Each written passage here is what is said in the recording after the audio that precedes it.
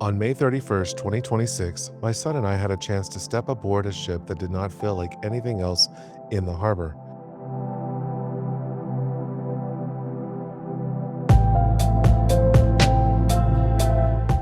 This is the Juan Sebastián de Elcano, a Spanish Navy training ship that has been sailing for nearly a century. Before we even got on board, the size of it stood out. The flag, the masts, the rigging, the people lined up to tour it, it all made the ship feel like it had brought a different time period into Galveston. It was not just another vessel tied up at the dock, it felt like history had just pulled into port. The Elcano was docked along the working waterfront at Texas A&M University at Galveston. Around it, everything was modern and industrial. Cranes, containers, harbor traffic, workboats, the everyday movement of the port. Right in the middle of all of that was this tall ship with signal flags, polished details, and a shape that belongs to an older age of sailing. That contrast is what made it so interesting. Galveston has always been tied to the water, so in one way, seeing a ship like this made sense.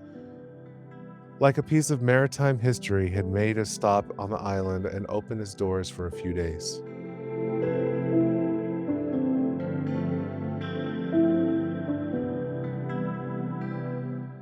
Ready? Go ahead. Go you. You want me to go?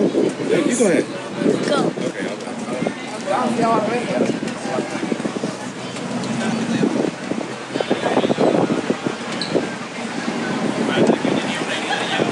Hello.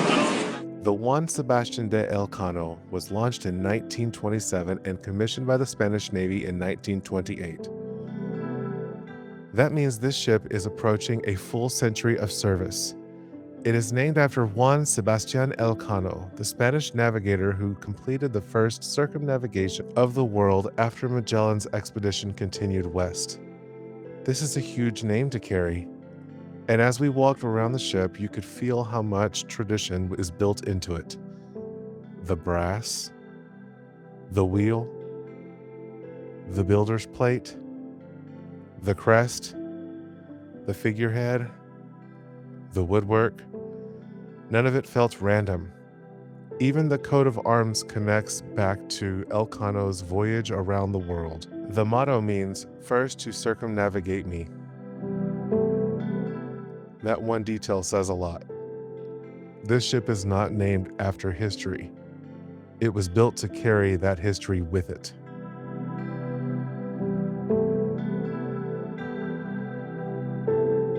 Once we stepped aboard, the ship felt like a mix of Navy vessel, floating classroom, and living museum. There were narrow deck spaces, ropes hanging along passageways, wooden interiors, stairs, safety gear, storage areas, and equipment tucked into every available space.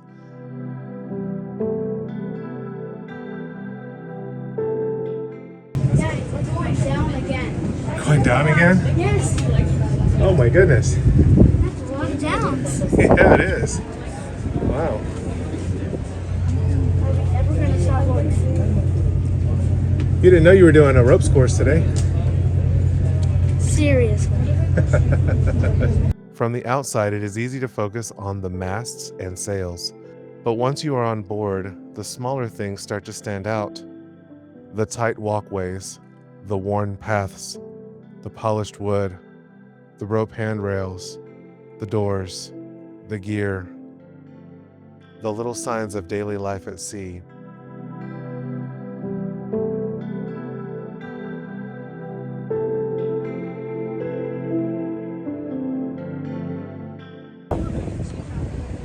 Hi. A ship like this is impressive because of its size, but it is also impressive because every inch has a purpose. People do not just visit this ship. Cadets train here. Crew members work here. They study, stand watch, maintain the ship, and live together at sea. That is what made it feel different from a museum. It is old, but it is not frozen in time. It is still being used.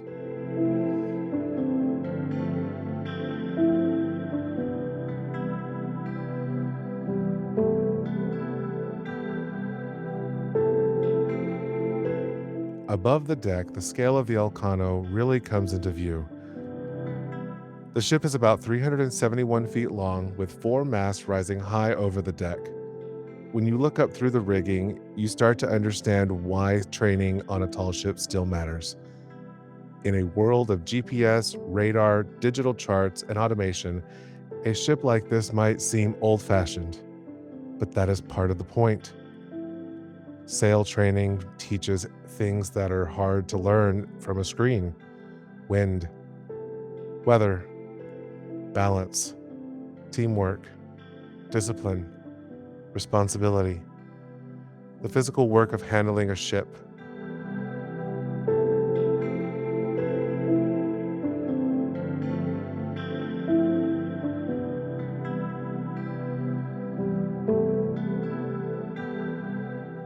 The Elcano carries 21 sails, and every line, mast, and piece of rigging depends on people knowing what to do and trusting each other.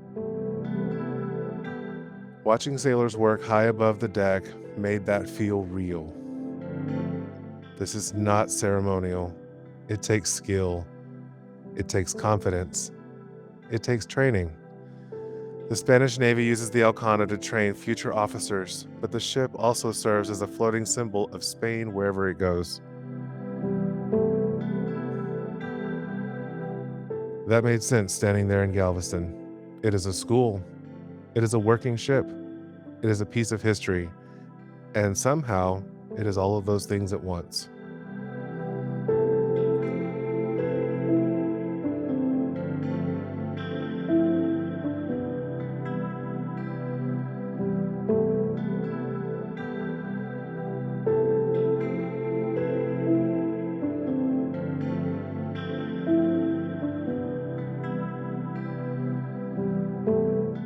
For my son, this was a chance to climb, explore, and stand aboard a real tall ship.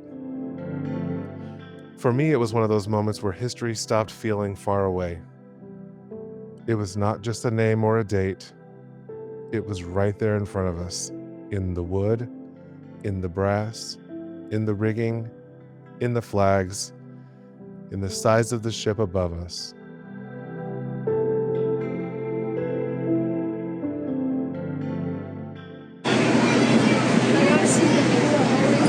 Yep, it's right there. As a photographer, I am usually thinking about the next shot. Where is the light? What is the angle? What is the movement? But sometimes the camera becomes something else. It becomes a way to hold on to a memory while it is happening. That is what this felt like. A father and son walking through a ship with almost a century of stories behind it. Some moments are planned. Others happen while you're simply walking around, looking, taking it all in with your camera in hand.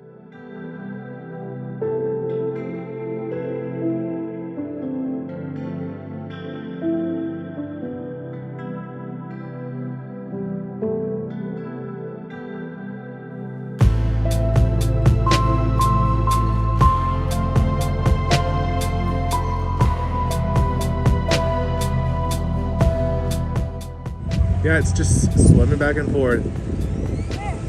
Look, right up, it just came up. See, there it is. There's 2 of them. Yeah. Daddy, did you? As we looked back across the water, the Elcano felt like it belonged to 2 worlds at once. Behind it were cranes, harbor traffic, and the modern waterfront. Above it were masts, flags, and rigging connected to a much older way of going to sea. That is the image I will remember. A ship built to cross oceans. A ship still training sailors. A ship carrying history, tradition, and identity from port to port. And for a short time in Galveston, a ship that let us step aboard a much bigger story. The Juan Sebastián de Elcano does not just preserve maritime history, it continues it.